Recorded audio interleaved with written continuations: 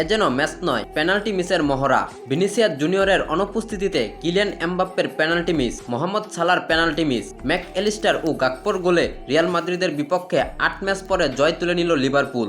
এই জয়ে পূর্ণ 3 পয়েন্ট অর্জন করে পয়েন্ট টেবিলের শীর্ষস্থান ধরে রাখল ইংলিশ প্রিমিয়ার লিগের অন্যতম সফল ক্লাব লিভারপুল। ইনজুরির কারণে ভিনিসিয়াস জুনিয়রকে ছাড়াই খেলতে নামে রিয়াল মাদ্রিদ। অ্যানফিল্ডে ব্রাজিলিয়ান এই ফরওয়ার্ডের অভাবটা হারে হারে টের পেয়েছে রিয়াল। প্রথম আর্ধে কোনো দলই গোল করতে পারেনি, ফলে গোলশূন্য ড্র নিয়েই বিরতিতে যায় দুই দল। বিরতি থেকে ফিরে ম্যাচের 52তম মিনিটে লিভারপুলকে লিড এনে দেয় Argentine midfielder Alexis Mac Allister. অসাধারণ 1-2-1-এ তিনজনকে বোকা বানিয়ে মাদ্রিদের জালে বল জড়ান এলিস্টার। এরপর ডিবক্সের ভেতরে লুকাস বাস্কেসকে ফেলে দেওয়ায় ম্যাচের 61তম মিনিটে পেনাল্টি পায় রিয়াল মাদ্রিদ। তবে লিভারপুলের গোলরক্ষক কেলহারের অসাধারণ সেভে পেনাল্টি মিস করেন এমবাপ্পে।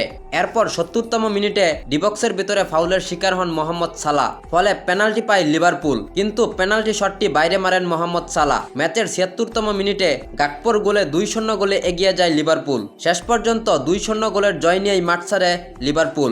এই ম্যাচে কার্লো আনচেলত্তির ট্যাকটিক্স কি ছিল সেটাই যেন ছিল বোঝা দায়। ম্যাচ জুড়ে বল পজিশন, শট কিংবা পাসিং সবখানে একচেটিয়া দাপট দেখিয়েছে লিভারপুল।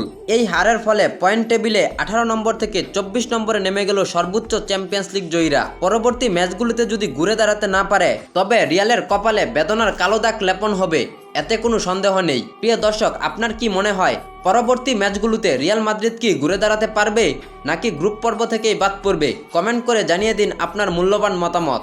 তাছাড়াও ফুটবলের নিত্য নতুন আপডেট সবার আগে পেতে আমাদের এই চ্যানেলটি সাবস্ক্রাইব বা ফলো দিয়ে পাশে থাকবেন। আর আগেই সাবস্ক্রাইব বা ফলো করে থাকলে আপনাকে অসংখ্য ধন্যবাদ।